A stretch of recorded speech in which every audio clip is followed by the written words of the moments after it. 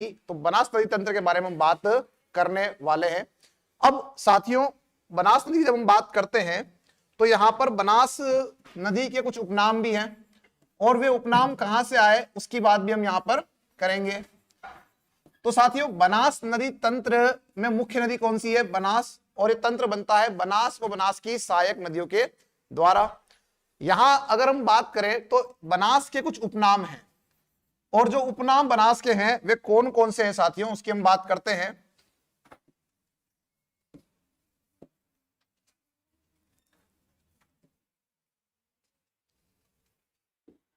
तो बनास नदी जो आपकी है उसकी क्या क्या उपनाम है? तो एक नाम आप जानते हैं वन की आशा। क्या कहते हैं इसे? इसे हम कहते हैं वन की आशा। तो बनास जो नदी आपकी है उसे क्या क्या कहा जाता है? तो एक नाम है उसका वन की आशा, वन की आशा। एक नाम है वर्णाशा और एक नाम है वशिष्टि। अब ये नाम आए कहां से उसकी हम बात करें। और साथियों, एक छोटी सी कहानी भी मैं आपको बताता हूं बनास के संदर्भ में। देखो, बनास काफी प्राचीन नदी है। बनास क्या है? काफी प्राचीन नदी है। और इसकी उत्पत्ति कैसे हुई तो इसके पीछे एक छोटी सी कहावत है, आपकी जो एक कहानी है। कहते हैं कि ऋषि हुए वशिष्ठ। कौन हुए? ऋषि जो है वशिष्ठ। उन्होंने कड़ी तपस्या की और तपस्या करके कहते हैं कि स्वर्ग से आपकी जो है एक नदी को लेकर आए धरती पर। और वो नदी क्या कहलाई? वो कहलाई बनास। क्या कहलाई? बनास नदी कहलाई साथियों। अब यही आपकी जो नदी है जब वो धरती पर आ गई तो जो आपके ऋषि हैं वशिष्ठ, उन्हें चिंता हुई कि बिना हिमनद के यानी बिना ग्लेशियर के, बिना बर्फ के ये नदी किस प्रकार से बह पाएगी। तो वो कहते हैं कि कहां गए? वो गए भगवान शिव के पास और शिवजी से पूछा कि बिना हिमनद के यानी बिना ग्लेशियर के ये नदी कैसे बहेगी। तो शिवजी ने इस नदी को वरदान दिया। कहते हैं ऐसा कि वरदान दिया कि इसकी जो रक्षा है वो कौन करेगा? वो करेगा वन। कौन करेगा? वन। तो जो वन क्षेत्र है वो इसकी रक्षा करेगा, इसका पानी बनाए रखेगा। बदले में इसको क्या करना है? उनको पोषण देना है। और इसीलिए आपकी बनास को हम क्या कहते हैं? वन की आशा। क्या कहते हैं दोस्तों? इसे हम कहते हैं वन की आशा कहते हैं। और एक और बात यहां आ रही है कि क्या नाम आ रहा है इसका? वशिष्टि। तो वशिष्टि जो नाम आपका आया वो कहां से आया है? गुरु वशिष्ठ के नाम से इसका नाम क्या पड़ गया? वशिष्टि। अब यहां पर एक आपका और अच्छा स्थान है, एक पवित्र स्थान है जिसके बारे में हम जानते हैं। और वो पवित्र स्थान कौन सा है? मात्र कुंडिया। क्या नाम है? मात्र कुंडिया जो आपका है इसे हम कहते हैं मेवाड़ का हरिद्वार। क्या कहते हैं? मेवाड़ का हरिद्वार कहते हैं। आप लोगों को एक छोटी सी कहानी बता देता हूं कि आपने भगवान परशुराम का नाम सुना होगा। कहते हैं इन्होंने अपनी पिता की आज्ञा पाकर अपनी माता का वध कर दिया। अपनी माता का वध कर दिया, जो उनका नाम रेणुका देवी था, उनका वध कर दिया। अब जब वध कर दिया तो क्या हुआ? पाप चढ़ गया। अब ये पूरी धरती पे घूम रहे हैं उस पाप को मिटाने के लिए, धोने के लिए। तो कहीं कोई जगह नहीं मिली। कहते हैं कि ये घूमते घूमते कहां आ गए? मात्रकुंडिया क्षेत्र में आ गए। और वहां इन्होंने क्या किया? स्नान किया। और कहते हैं इनका वो पाप धुल गया। तभी से इसे हम क्या मान रहे हैं? इसे हम मान रहे हैं हरिद्वार। और ये कहां स्थित है? मेवाड़ में। तो इसे क्या बोल दिया गया? मेवाड़ का हरिद्वार। मेवाड़ का हरिद्वार। तो बनास नदी जो है वो इतनी पौराणिक मान हम सकते हैं कि उसे कहां से लाया गया? स्वर्ग से। भगवान शिव जो है उसे क्या कर रहे हैं? वरदान दे रहे हैं। और कौन लेकर आ रहा है? आपका वशिष्ठ। और उसमें कौन पाप धो रहा है?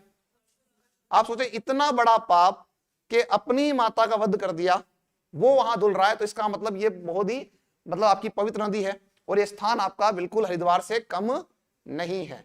तो ये छोटी सी कहानी थी इसके पीछे, आपकी बनास नदी के पीछे। अब हम चलते हैं कि जो बनास नदी आपकी है उसका उद्गम कहां से होता है। तो हम सभी लोग जानते हैं कि बनास राजसमंद जिले से निकलती है।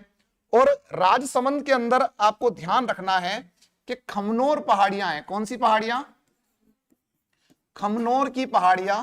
तो जो खमनोर की पहाड़ियां आपकी है राजसमंद में, यहां से इसका उद्गम माना जाता है। अब यहां पर भी एक स्थान है जिसे हम कहते हैं बेरों का मठ, इसके निकट से यह नदी आपकी बहती है। तो पहला ही प्रश्न आपका आ सकता है एग्जाम के अंदर कि जो बनास नदी है इसका उद्गम स्थान कहां पर है। तो इसका उद्गम स्थान साथियों मैंने आपको बता दिया है, कहां पर आपका ये है, राजसमंद में खमनोर पहाड़ियां जो आपका है वहां पर आपका बेरों का जो मठ आपका है उसके निकट से इसका जो है उद्गम माना जाता है। बिल्कुल साथियों, जो लोग जुड़े हुए हैं लाइव में उन सभी को मेरा नमस्कार। आगे बढ़ते हैं, अब यहां से हम बात करते हैं कि नदी कहां कहां जा रही है।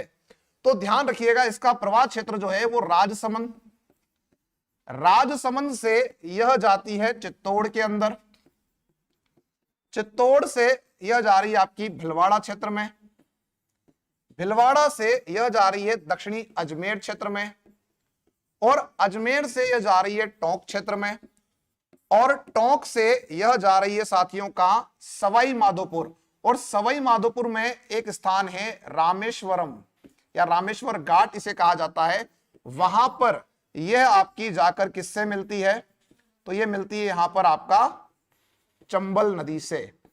तो यहां तक ध्यान रखिएगा कि जो आपकी नदी है जिसका नाम हम ले रहे हैं यहां पर बनास, ये बनास नदी आपकी किन किन जिलों में बहती है। तो प्रवाह क्षेत्र से प्रश्न भी आपका एग्जाम में बनता है, और आप देखिए यहां पर गिनेंगे तो आपको 1 2 3 4 5 और 6 जिले आपको दिखाई पड़ेंगे। राजस्थान की वे नदियां जो 6 जिलों में बहती है उनमें से एक नाम किसका है, बनास का है, एक नाम चंबल का है और एक नाम लूनी का है। हालांकि लूनी के बारे में बात कर चुके हैं पहले ही, और ये आपकी एक और नदी है जो कहां बह रही है, 6 जिलों के अंदर बहती है। अब ये यहां से यहां तक बह रही है, तो इसकी जो कुल लंबाई है, ध्यान रखिएगा, इसकी जो कुल लंबाई है आपकी, वो कुल लंबाई कितनी है।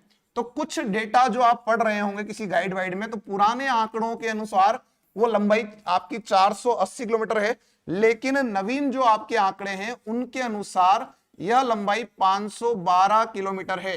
तो ध्यान ये रखना है कि जो आपकी बनास नदी है इसकी जो वास्तविक लंबाई जो नवीन आंकड़ों के अनुसार है वो कितनी है, 512 किलोमीटर। और ये डेटा कहां से आया, तो मैं बता दूं आपको कि 2017 की जो वोटर सर्वे रिपोर्ट आपकी है उसके अनुसार आपकी जो लंबाई है बनास नदी की वह कितनी है साथियों, वह है 512 किलोमीटर। इसका हमें ध्यान रखना है। अब इसी क्रम में आगे बढ़ेंगे और आगे हम बात करेंगे कि इस नदी पर कौन कौन से बांध है। तो यहां पर आप देखें साथियों कि जो बांध की हम बात करते हैं तो कौन कौन से इस पर बांध बने हुए हैं उसकी भी हम बात कर लेते हैं। तो ये निकलती है राजसमंद, कहां से निकल रही साथियों, राजसमंद, और राजसमंद के अंदर ही इसमें एक बांध आ जाता है जिसका नाम है बागेरी का नाका, बागेरी का नाका। इसके बाद ये आगे जा रही है चित्तौड़ क्षेत्र के अंदर, तो यहां एक क्षेत्र आपका है मात्र कुंडिया, कौन सा स्थान है, मात्र कुंडिया स्थान है। इसके बाद में ये आगे बढ़ती है और आगे बढ़कर जाती है टोंक क्षेत्र में, तो टोंक क्षेत्र में बना है बीसलपुर बांध, और बीसलपुर राजस्थान का सबसे बड़ा बांध है क्षेत्रफल के आधार पर, और सबसे बड़ी पेयजल परियोजना है राजस्थान की, इसका हमें ध्यान रखना है। इसके बाद में ये कहां जा रही है, सवाई माधोपुर क्षेत्र में, और वहां पर इस पर क्या बना हुआ है, ईसरदा बांध, क्या बना हुआ है, ईसरदा बांध। तो ये कुछ मुख्य आपके जो बांध हैं जो किस पर आ रहे हैं, आपकी बनास नदी पर आ रहे हैं, इसका आपको साथियों ध्यान रखना है। आगे यहां से बढ़ेंगे और नेक्स्ट हम चलते हैं कि आप सभी लोग जानते हैं कि बनास नदी क्या कर रही है, त्रिवेणी संगम बनाती है, और राजस्थान में सर्वाधिक त्रिवेणी संगम अगर कोई नदी बनाती है तो वो कौन सी है, बनास नदी है। और बनास के 3 त्रिवेणी संगम बड़े ही प्रसिद्ध हैं, बनास के 3 त्रिवेणी संगम बड़े ही प्रसिद्ध हैं। वे संगम कौन कौन से हैं, तो मैं आपको बता दूं कि देखिए साथियों, बनास नदी जो है वो अपने उद्गम से मुहाने तक जब बढ़ती है तो रास्ते में कौन कौन से त्रिवेणी संगम आपके आते हैं।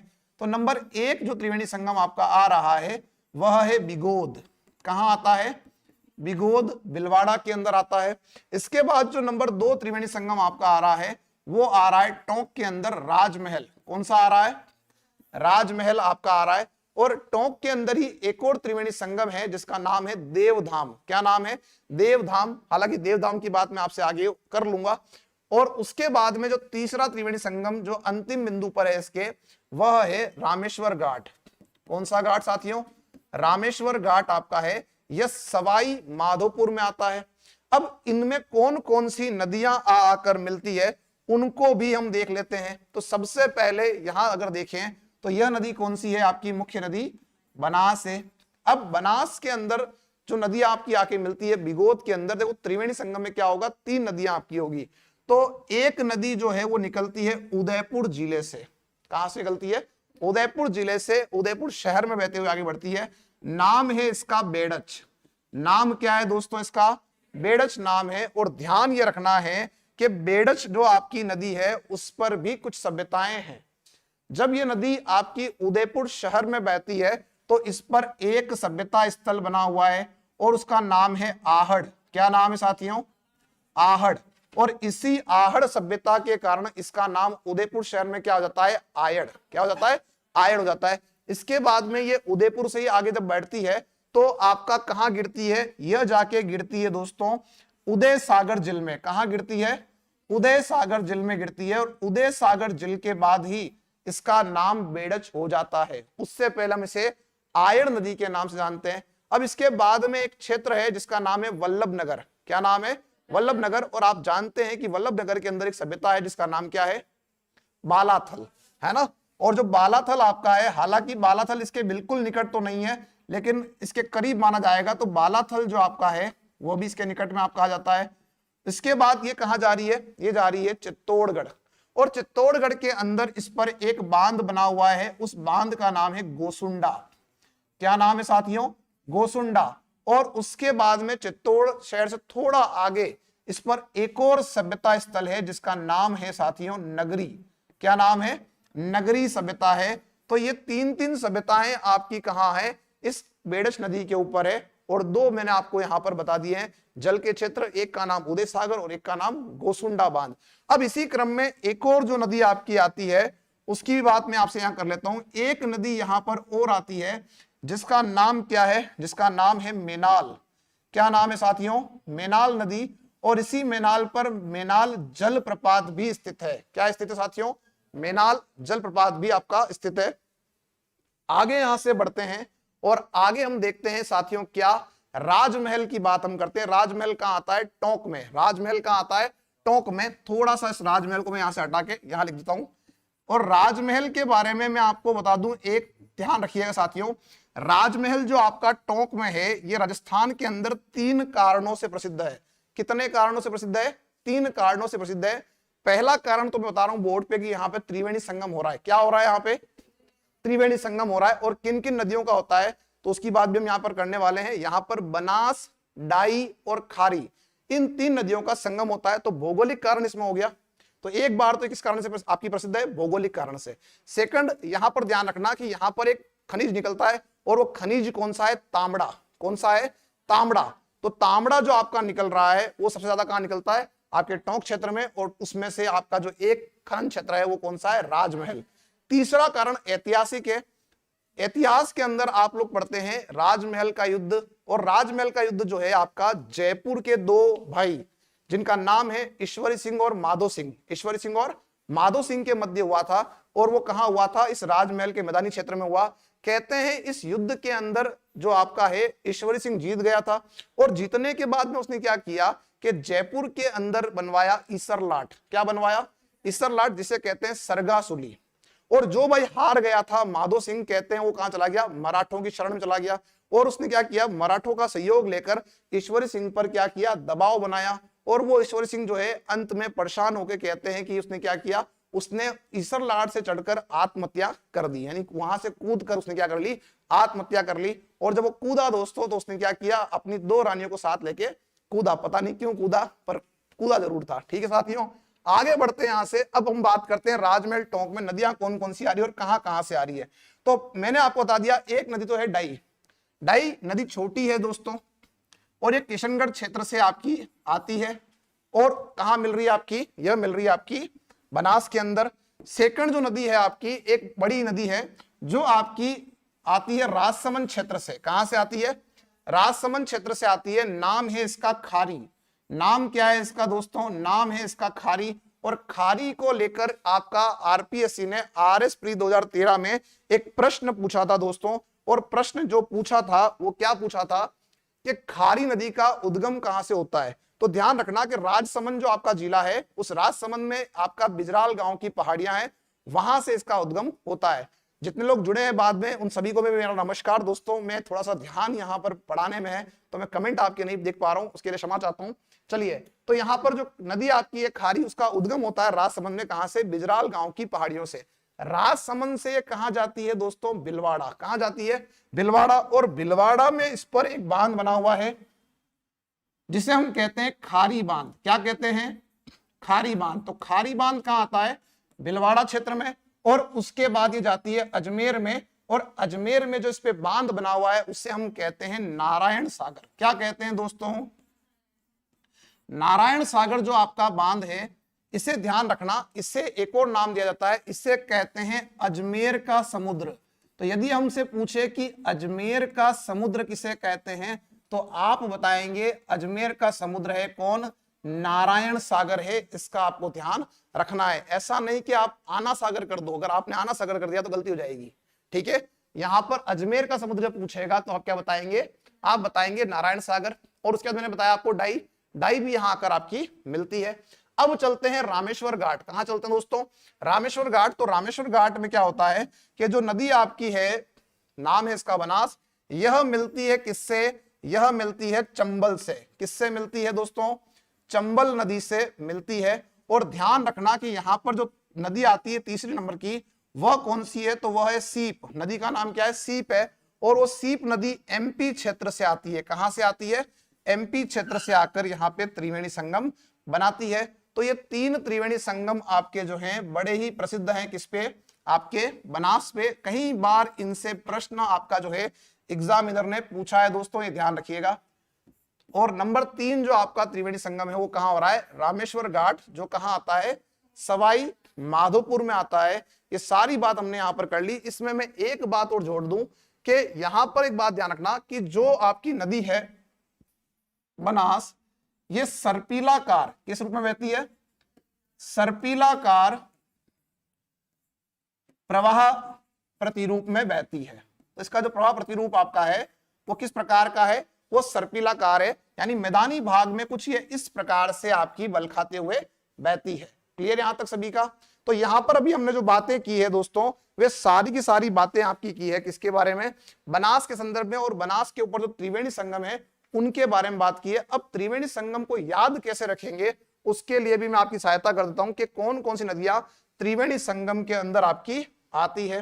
तो दोस्तों यहां ध्यान रखिएगा, एक लाइन छोटी सी। बनास ने बीबीएम को देख सीएस किया। क्या किया दोस्तों? सीएस किया। तो बीबीएम जो आपका है वो हो जाएगा नंबर 1 आपका जो संगम है उसके लिए, देख हो जाएगा 2 के लिए, और तीसरा हो जाएगा सीएस आपका तीसरे संगम के लिए। तो चलते हैं, हमको ये पता लग चुका है कि बनास नदी जो आपकी है वो कहां कहां पर संगम बनाती है। तो सबसे पहला संगम कहां पर था? बिगोद बिलवाड़ा। कहां दोस्तों था? बिगोद बिलवाड़ा में था। और बिगोद बिलवाड़ा के बाद में हम बात करें तो नंबर 2 था राजमहल। राजमहल कहां है साथियों? राजमहल टोंक में आता है। और इसी के बाद में जब संगम हो जाता है उसी के बाद में क्या बनाया गया? बीसलपुर बांध बनाया गया, जो राजस्थान की सबसे बड़ी पेयजल परियोजना है। और उसके बाद में नंबर 3 पर अगर हम बात करें तो रामेश्वर घाट। कौन सा घाट दोस्तों? रामेश्वर घाट आपका तीसरा है, जो कहां है? सवाई माधोपुर में। अब चलते हैं यहां पर नदियों की बात करते हैं। तो देखो पहला जो बिंदु आपका आ रहा है वो क्या आ रहा है? बीबीएम। क्या आ रहा है दोस्तों? बीबीएम। तो यहां पर हम बात करते हैं बीबीएम से। तो बी से बनास, बनास के बाद बेड़च, और एम से मेनाल। एम से दोस्तों क्या हो जाएगा? मेनाल। तो ये 3 आपकी होगी साथियों यहां पर। इसके बाद यहां देखिए अपन यहां शॉर्ट में लिख देते हैं ताकि आपको याद रहे कि बीबीएम का मीनिंग यहां पर क्या निकल रहा है। अब चलते हैं नंबर आपका 2 पे, राजमहल। तो क्या आ रहा है? देख। तो संगम कौन बना रही है? बनास बना रही। तो बनास तो हमेशा रहेगी रहेगी, दे से हो जाएगा डाई, क्या हो जाएगा डाई, और ख से हो जाएगा खारी, है ना। तो देख क्या हो जाएगा शब्द यहां पर देख, है ना, ये ध्यान रखिएगा। अंत में चलते हैं रामेश्वर घाट, तो यहां पर आपका जो है बनास नदी तो है ही है। अब क्या आ रहा है सी एस, सी से क्या हो जाएगा चंबल, और एस से मेरे साथियों क्या हो जाएगा सीप नदी, क्या हो जाएगा सीप नदी हो जाएगा। तो इस तरह से आप जो है इन संगम को ध्यान रख सकते हैं कि किसमें कौन सी नदी आकर आपकी मिलती है। तो यहां तक कोई दिक्कत किसी को, आगे बढ़े इससे, चलते हैं अपन आगे, अगला हम बिंदु देखते हैं साथियों। और बिल्कुल नरेंद्र जी पधारिए, आपको अगर मिलना है तो सेक्टर 3 में हमारा ही कोचिंग है, आप बिल्कुल आके कभी भी मिल सकते हैं, पर पहले इन्फॉर्म कर दीजिएगा, है ना। और चलते हैं अपन आगे साथियों, यहां से अगला हम बात यहां पर करते हैं कि जो सहायक नदियां आपकी है वे सहायक नदियां कौन कौन सी है ना। बनास की जो नदियां सहायक है उन सहायक नदियों की क्या विशेषता है, तो बात यहां पर करते हैं साथियों नंबर 1 पर।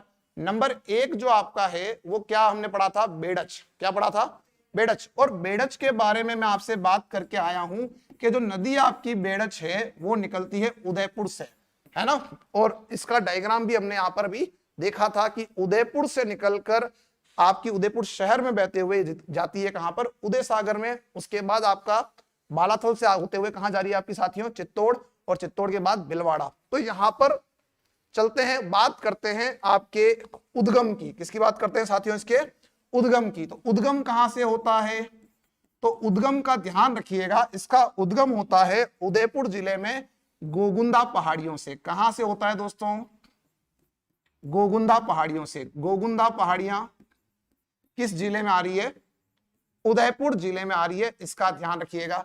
अब ये नदी कहां कहां बह रही है, किस किस क्षेत्र में बहती है उसकी हम बात करते हैं दोस्तों। तो ये नदी आपकी जो है इसका प्रवाह क्षेत्र कहां है, इसका प्रवाह क्षेत्र ध्यान रखिएगा। तो इसके प्रवाह क्षेत्र में जिले कौन कौन से आते हैं उदयपुर, उदयपुर के बाद ये कहां जा रही है चित्तौड़गढ़, और चित्तौड़गढ़ के बाद में ये कहां जा रही है दोस्तों बिलवाड़ा, और बिलवाड़ा में भी कहां पे ये बिगोद बिलवाड़ा में किससे मिलती है आपकी बनास से मिलती है, बिगोद बिलवाड़ा में बनास। और इस नदी के ऊपर सभ्यताएं कौन कौन सी है वह बात भी हम कर चुके हैं यहां पर। तो सभ्यताओं की बात हम कर लेते हैं कि यहां पर सभ्यताएं कौन कौन सी है। तो जरा वापस एक बार आप लोग जो है बताएंगे सभ्यताओं के नाम। तो एक सभ्यता उदयपुर में पढ़ी थी हमने, कौन सी थी आहड़ सभ्यता, कौन सी थी दोस्तों आहड़ सभ्यता, है ना। इससे आहड़ सभ्यता इसका नाम है, लेकिन आहड़ आहड़ के कारण इसका नाम क्या हो गया आयड़ हो गया। इसके बाद नेक्स्ट हमने क्या पढ़ा था बालाथल, क्या पढ़ा था बालाथल, और एक हमने पढ़ा था नगरी। ये तीनों आपके जो है इसी के निकट में आपके स्थित हैं, ये हमको ध्यान रखना है। इसी क्रम में मैंने आपको एक बात बताई थी बांध, क्या बताया था दोस्तों कि इस पर बांध कौन कौन से हैं। तो ध्यान ये रखना कि इस पे बांध आपके जो हैं उनके नाम। तो इस पर एक तो है जिल, क्या है इसके ऊपर एक तो जिल है जिसका नाम है उदय सागर, क्या नाम है साथियों उदय सागर जिल। कहां आती है तो उदय सागर जिल आती है उदयपुर में, उदय सिंह जी ने निर्माण करवाया था इसका। और नंबर 2 पर अगर हम बात करते हैं तो नंबर 2 पे दोस्तों क्या आता है, नंबर 2 पर अभी हम पढ़कर आए थे गोसुंडा, क्या पढ़कर आए थे गोसुंडा बांध। जो गोसुंडा बांध आपका है ये गोसुंडा बांध कहां आता है दोस्तों, यह आता है चित्तौड़गढ़ में। कहां आता है चित्तौड़गढ़ क्षेत्र में आता है, इसका ध्यान रखिएगा। चलिए आगे यहां से बढ़ते हैं और अगला हम लेते हैं नदी का नाम नेक्स्ट नंबर 2 पर अगर हम बात करते हैं सहायक नदियों में तो एक नाम है मेनाल, क्या नाम है दोस्तों मेनाल की बात ध्यान रखिएगा। यह बिलवाड़ा क्षेत्र से निकलती है, और बिलवाड़ा के अंदर आप ध्यान रखिएगा एक क्षेत्र है मांडलगढ़, क्या नाम है मांडलगढ़। मांडलगढ़ का कहां आता है साथियों मांडलगढ़ बिलवाड़ा क्षेत्र में आता है। तो ये बिलवाड़ा के अंदर मांडलगढ़ क्षेत्र से निकलती है। इसके बाद ध्यान ये रखना है कि इसके ऊपर क्या है, इस पर मुख्य बात यह है इस पर मेनाल जलप्रपात है, क्या स्थित है मेनाल जलप्रपात स्थित है। ये कहां आता है बिलवाड़ा में, कहां आता है बिलवाड़ा में। और इसके बाद में ये कहां पर जाकर समाप्त होती है? तो बिलवाड़ा के अंदर ही एक आपका स्थान है जिसका नाम क्या बताया गया था? बिगोद। क्या नाम बताया गया था? तो बिगोद बिलवाड़ा में बनास से मिलती है। बिगोद बिलवाड़ा में किससे मिलती है? बनास से मिलती है। ये आपको ध्यान इसके बारे में रखना है साथियों। अब चलते हैं अपन आगे, और जो इसकी सहायक नदियां आपकी है वे कौन कौन सी है? तो और सहायक नदियों में नंबर हम चलते हैं 3 के ऊपर। एक नदी और है जो निकलती है राजसमंद से। कहां से निकलती है दोस्तों? राजसमंद से, और उसका नाम है कोठारी। क्या नाम है? कोठारी। कोठारी बड़ी महत्वपूर्ण नदी है, ध्यान रखिएगा। कोठारी का उद्गम कहां से होता है? तो मैंने बता दिया राजसमंद, लेकिन राजसमंद में एक प्रसिद्ध क्षेत्र है जिसका नाम है दिवेर। क्या नाम है दोस्तों? तो ये निकलती है दिवेर पहाड़ियां राजसमंद से। कहां से निकलती साथियों? दिवेर पहाड़ियां राजसमंद से निकलती है। और दिवेर पहाड़ियों से निकलने के बाद ये कहां जाती है? ये जाती है बिलवाड़ा। कहां जाती है? बिलवाड़ा जाती है। तो इसका जो प्रवाह क्षेत्र है वो क्या हो जाएगा? राजसमंद से बिलवाड़ा। कहां जाती है दोस्तों? ये राजसमंद से बिलवाड़ा जाती है। और बिलवाड़ा में इस नदी पर एक बांध बना हुआ है। यह भी ध्यान रखिएगा कि इस नदी पर कौन सा बांध है? तो इस नदी पर आपका एक बांध है जिसका नाम है मेजा। क्या नाम है साथियों? मेजा बांध है। तो मेजा बांध से ही प्रश्न आपका एग्जाम बना हुआ है। मेजा बांध कहां आता है? बिलवाड़ा में। कहां आता है? बिलवाड़ा में आता है। और इस बांध के निकट की जो पहाड़ी है वहां पर ग्रीन माउंट पार्क विकसित किया गया है। कौन सा पार्क विकसित किया गया है? Green mount park. तो किस बांध के निकट में ग्रीन माउंट पार्क स्थित है? तो आप बताएंगे मेजा बांध के निकट में आपका ग्रीन माउंट पार्क आपका स्थित है। चलते हैं अपन आगे यहां से। अब इसमें एक और महत्वपूर्ण बात हम कर लेते हैं कि ये जो आपका बिलवाड़ा क्षेत्र है, उस बिलवाड़ा क्षेत्र में इस नदी पर एक सभ्यता है, और वह सभ्यता कौन सी है? तो उसकी हम बात करते हैं। वह सभ्यता है बागोर। सभ्यता कौन सी दोस्तों? बागोर सभ्यता आपकी स्थित है। और जबकि बागोर की हवेली कहां है? बागोर की हवेली दोस्तों कहां है? तो बागोर की हवेली आपकी कहां आती है? उदयपुर में। अब ये नदी जो आपकी है वो समाप्त कहां होती है? तो इसका प्रवाह आपका जो है वो ध्यान रखिएगा कि इसका जो प्रवाह क्षेत्र है वह एक तो राजसमंद जिला है और दूसरा कौन सा है? बिलवाड़ा। बिलवाड़ा के अंदर मैं आपको बता दूं कि एक क्षेत्र है, नाम है नंदराय। क्या नाम है? नंदराय बिलवाड़ा में यह बनास से मिलती है।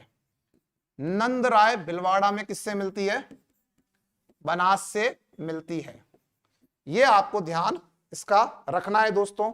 तो चलिए यहां से आगे बढ़ेंगे और नेक्स्ट जो अपनी सहायक नदी आ रही है किसकी? बनास की, उसके बारे में हम बात करते हैं।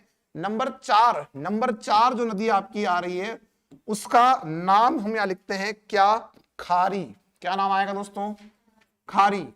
मैं बता दूं आपको कि राजस्थान के अंदर जब खारी की बात आप करते हो तो एक खारी अंत प्रवाह की नदी है जो कहां गिरती है? सांबर जिले में। और एक खारी कहां आती है? लूणी तंत्र में आती है, जवाई की सहायक है। और एक खारी कहां आ रही है? बनास के अंदर।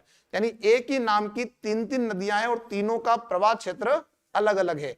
अंत प्रवाह में भी आ रही है, अरब सागर में भी आ रही है, और बंगाल की खाड़ी वाले क्षेत्र में भी आपका आती है। इसका आपको ध्यान रखना है। अब यहां पर हम बात करते हैं खारी का उद्गम। तो यह प्रश्न RS प्री 2013 के अंदर पूछा जा चुका है। और मेरे दोस्तों ये निकलती कहां से? ध्यान रखना, बिजराल गांव की पहाड़ियां। कौन सी पहाड़ियां? बिजराल गांव की पहाड़ियां। ये कहां आती है?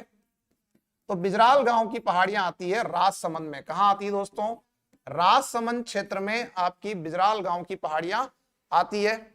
और इसके बाद में यह नदी आपकी जो है, इसके बाद में यह नदी आपकी कहां कहां बहती है उसकी हम बात करें तो इसका जो प्रवाह आपका है वह क्षेत्र कौन सा है? तो देखिए साथियों, ये निकलती है राजसमंद से। राजसमंद से निकलने के बाद ये कहां जाएगी? तो ये जाती है बिलवाड़ा। कहां जाएगी दोस्तों? बिलवाड़ा से जाएगी अजमेर। और अजमेर के बाद ये टोंक में प्रवेश करती है और टोंक में स्थान है राजमहल। क्या नाम है? राजमहल कहां आता है? टोंक में आता है। और इस राजमहल टोंक में यह बनास से मिलती है।